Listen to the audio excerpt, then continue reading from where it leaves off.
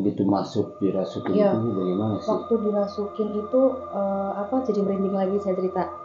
Itu pertama yang merasuki saya tuh sosok ular, Pak Ustadz. Jadi ketika masuk itu badan itu seperti kebas gitu, dan seperti ular benar gitu. Masa iya saya bisa begini-begini gitu. Ada lagi sosok perempuan. Itu katanya yang memang mengikuti saya terus, yang akan membuat saya celaka, yang akan lebih saya paling nggak bisa melupakan sampai sekarang itu sosok besar, tinggi, mata merah, rambut ini itu, dan dia tuh selalu haus darah. Terus selain itu juga saya nggak berani ngaca, Ustaz. Selama ini nggak berani ngaca. Jadi emang kenapa nggak berani ngaca? Karena kalau saya ngaca tuh saya lihat wajah saya sendiri aja takut, Ustaz. Mau terjadi apapun, meskipun itu hal baik atau buruk, terutama ini soal diri saya sendiri dan keluarga ya Ustaz, ya maksudnya belum mengarah ke orang lain gitu.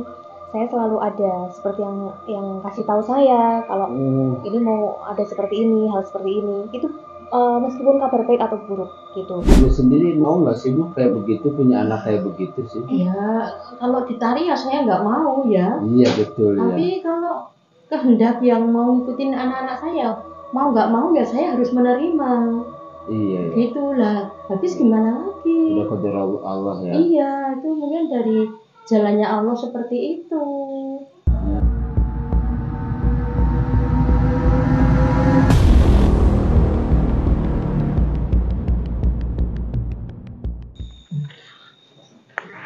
Assalamualaikum warahmatullahi wabarakatuh. Alhamdulillahirabbil alamin. Pada kesempatan yang kedua kali kita berbincang-bincang tadi yang video yang lalu sama ibunya langsung, sekarang kita dihadirkan putri-putri cantik sangat luar biasa guys. Jadi apa yang diceritakan oleh ibu nanti akan kita ajak obrol, kita ajak bicara dari putri-putrinya ya. Jadi ini ya Bu ya, kita ngobrol, mohon maaf yang kedua kalinya kita secara langsung. Kalau tadi kan kemarin ceritanya cuma hanya ibu aja ya. Terus sekarang kita ngobrol dengan putri-putrinya. Inilah mungkin yang namanya Mbak Intan. Iya, Perkenalkan, ini namanya Mbak Intan. Ya, saya Intan. Nah, Mbak Intan. Yang kedua Mbak Maya. Ini yang anak yang kedua Mbak Maya. Ini yang ketiga Mbak Titis. Ini ingetnya Mbak Intan mulu, luar biasa. Emang auranya rada beda gitu. Ini gemulis gitu guys. Nah ini kebetulan kan setelah video yang pertama saya ngobrol-ngobrol sama ibu, terus cerita tentang hal yang dialami sama putri-putrinya. Kan saya bisa hadir ke sini teman-teman karena awalnya dari perkenalan dari Mbak Maya. Mungkin nanti videonya akan saya tayangkan kalau memang ada izin dari Mbak Maya, insya Allah saya tayangkan gitu. Terus yang kedua, kita alhamdulillah setelah beliau kita tanganin dengan izin Allah beres selesai dan lanjut ke adiknya Mbak Titis. Nah mungkin dari Mbak Maya apa sih yang dirasakan selama ini, yang sebelum saya menginjak ke Jogja ini loh? Sebelumnya saya tuh mengalami Ustadz, kayak cobaan gitu ya, cobaan yang nggak beres gitu. Saya tuh merasa di badan saya, di kehidupan saya tuh ini nggak beres gitu, sering mimpi buruk. Jadi mimpinya itu yang nggak wajar kayak gitu. Ya terus saya kan juga coba memohon sama yang di atas, saya istikharah gitu kan, ada apa sebenarnya gini-gini. Dan di sisi lain saya kan juga cari info gitu ya, kan, berobatlah saya ke gitu ya. Ustadz Pandi ini. Awalnya sebelum ketemu sama saya mungkin pernah berobat kemana-mana? Iya, saya dua kali. Pernah berobat gitu, jadi nggak perlu dibahas lah. Iya, belum ada perubahan yang gitu. Nah, terus pas suatu hari saya berkunjung ke rumah Ustadz Pandi ini, alhamdulillah kok ada perubahan, cocok, dan Qadarullah saya insya Allah sembuh. Terus yang selama dirasakan tuh bagaimana sih? Yang begitu masuk dirasukin Iya. itu bagaimana sih? Waktu dirasukin itu jadi merinding lagi saya cerita. Itu pertama yang merasuki saya tuh sosok ular, Pak Ustadz. Jadi ketika masuk itu badan itu seperti kebas gitu dan seperti ular benar gitu. Masa iya saya bisa begini-begini Yang gitu. seperti kayak di video itu, seperti nanti kayak di tayangan video itulah. Ya, nanti kalau emang seperti boleh yang diizinkan, kira-kira ya. boleh diizinkan nggak videonya nanti? Iya, insya Allah boleh, cuman jangan terlalu. Nanti ada di cut yang privasi nanti di cut. Gitu guys. Terus jadi itu tuh di badan saya Ustadz itu sangat berat gitu.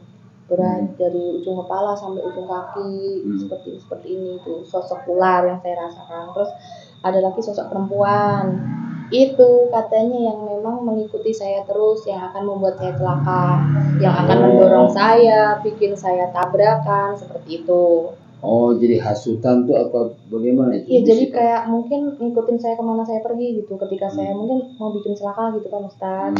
Terus ada lagi perempuan itu yang ditaruh di rumah saya kelihatannya. Karena saya memang sering kayak ada bayangan gitu. Saya bercermin aja kayak ada gaun putih di belakang gitu.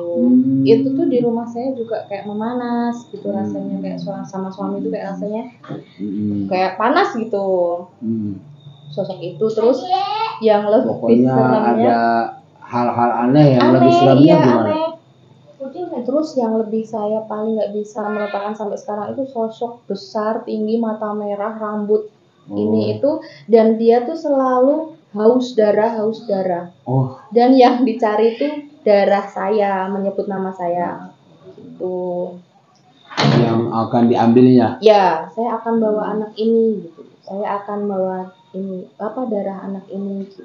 Oh, darah Mbak Maya sendiri. Darah saya haus gitu. Nah, itu jadi mungkin kisah sebelum terjadi pertemuan antara saya dan Mbak Maya. Sebetulnya ya saat menanganin saya pun juga sebenarnya sih rada pesimis. Jadi mampu nggak ya, mampu ya, tapi kita kan namanya untuk niat nolong, membantu sesama ya sebisa mungkin harus apapun ya harus kita terjang. Apapun yang mereka lakukan, entah itu dari orang yang niat tidak baik, entah itu dari makhluk atau apapun, kalau selama kita niatnya baik insya Allah. Dan intinya semua penyakit itu ada di diri kita. Kalau kita positif, berpikirnya positif insya Allah selesai. Dan keunikannya setelah kejadian itu punya kelebihan hal yang aneh. Ya mungkin kalau bisa ditayangkan di sini nanti bisa bukan tahdirkan ya. Itu tanpa disadari, tanpa diduga, kadang-kadang dia suka bus sendirinya tanpa harus dipinta gitu. Terus nanti pun juga ini di antara tiga ini, aduh gimana ya? Oh sangat luar biasa deh. Aduh, kalau dari ceritanya mah lucu, tapi aneh, tapi gimana tapi sungguh-sungguh gitu. Terjadi ya Ustaz. Iya. Jadi emang benar-benar real. Mau nggak kayak begitu? Demi Allah real. Ya nggak mau Ustaz, siapa sih yang mau mengalami hal buruk? Terus dari Mbak Titi sendiri? Kurang lebih sama Ustaz. Saya juga ketemu Ustadz juga jauh-jauh dari Jogja, niat gitu. Itu dia dari Jogja ya. Karena kakak saya udah sendiri berhasil sembuh. Saya juga ngerasa ada yang nggak beres udah lama di diri saya, bahkan bertahun-tahun. Betul. Yang paling parah itu setiap malam itu saya mimpi buruk juga yang sangat mengerikan, seperti ada yang mau mencelakai saya. Sosok. Jadi udah kayak suara uber-uber gitu ya. Betul. Terus selain itu juga saya nggak berani ngaca, Ustaz. Selama ini nggak berani ngaca. Oh jadi kayak emang kenapa nggak berani ngaca? Karena kalau saya ngaca tuh saya lihat wajah saya sendiri aja takut, Ustaz. Oh. Serem seperti sosok yang menyeramkan kalau saya lihat kaca. Aduh, emang rumit. Iya. Nah ini ya Mbak Titis yang dulunya waktu kecil tanpa disadari suka menolong sesama, jadi ngobatin, ngasih air. Nah ini Mbak Titis. Nah ini itu cerita, nanti ada tayangan videonya saat beliau ditangani, saat beliau diobatin. Jadi hal-hal yang di luar nalar lah itu tanpa direkayasa sih. Enggak Real. Emang tidak mau kan seperti itu Tidak kan? mau Ustaz. Ya kan? Iya, betul, Sama Ustaz. Mbak Intan. Sama. Mbak Intan pun juga sama. Nah ini yang uniknya, setiap ada kabar yang jelek ini tandanya ke sini. Iya, betul Ustaz. Jadi ini kalau dibilang kata Jawa tuh kalau 3 itu tuh apa Bu namanya ya? Kalau Trimurti apa Pak? Trimurti. Jadi kekuatan wanita 3 wanita nih. Jadi menyatu dalam keluarga yang tadi Ibu ceritakan mungkin dari leluhur kali. Jadi ya aura ya intinya sih untuk menolong sesama. Asal kita sama-sama akur. Yang Mbak Intan ceritakan ada yang kisah-kisah yang membuat itu cerita yang gimana gitu? Kalau yang saya alami itu, saya dari merasakan sesuatu yang beda dari diri saya itu semenjak kelas 2 SD, Ustaz. Jadi iya, mau terjadi apapun, meskipun itu hal baik atau buruk, terutama ini soal diri saya sendiri dan keluarga ya Ustaz, ya, maksudnya belum mengarah ke orang lain gitu. Saya selalu ada seperti yang kasih tahu saya kalau ini mau ada seperti ini, hal seperti ini. Itu meskipun kabar baik atau buruk gitu. Terus kadang saya curhat lah ke orang tua. Maksudnya itu kok sepertinya mau ada seperti ini. Saya sebenarnya juga takut ya Ustaz selama ini kalau mau mengutarakan, kalau mau seperti ini takutnya saya itu kayak mendahului kehendak yang kuasa. Nah betul, tapi gimana ya, saya tahan sendiri pun sebenarnya nggak bisa, udah nyeplos dengan sendirinya gitu. Jadi emang kenyataan ya. Betul, Dan itu firasat itu betul. Dan insya Allah betul. Tapi dugaan itu pasti akan terjadi lah. Iya. Jadi meskipun saya sendiri tidak percaya Ustaz, meskipun saya sudah dikontak nanti akan ada seperti ini, saya lawan. Insya Allah itu qadarullah terjadi. Begitu. Jadi kayak kemarin waktu kita ngobrol, tiba-tiba nih kok badan saya menggigil itu. Iya, betul. Tahunya ada kabar yang itu salah satu tanda. Itu tanda. Lalu cirinya begitu. Yang ada ngebledak gitu ya. Kalau sudah badan menggigil itu, kalau saya tuh tandanya yang udah kayak mau urgent. Kalau kayaknya ada sesuatu yang benar-benar ini ya. Yang mau menyerang Mbak Titis, keluarga dari pihak ini. Jadi ini tuh 3 serangkai ini gampang. Jadi kalau untuk bisa dipanggil dengan sendirinya itu muncul. Tapi kayaknya sih perlu dipanggil menurut dia ya. Kalau menurut hati dia pengen ya pengen gitu. Tapi kalau misalkan enggak ya enggak bisa. Terus balik lagi ke Mbak Titis. Mbak Titis yang merasakan waktu saat bisa ngobatin itu inget gak sih apa yang dibaca ngasih air itu? Dari feeling aja Ustaz. Sepertinya misal ada saya harus begini, atau anak kecil rewel, saya harus ambil air. Itu udah kayak feeling saya udah seperti apa ya, otomatis gitu loh Ustaz, saya harus begini, saya baca doa seperti ini. Terus saya minumkan ya alhamdulillah. Tapi ada yang dibaca?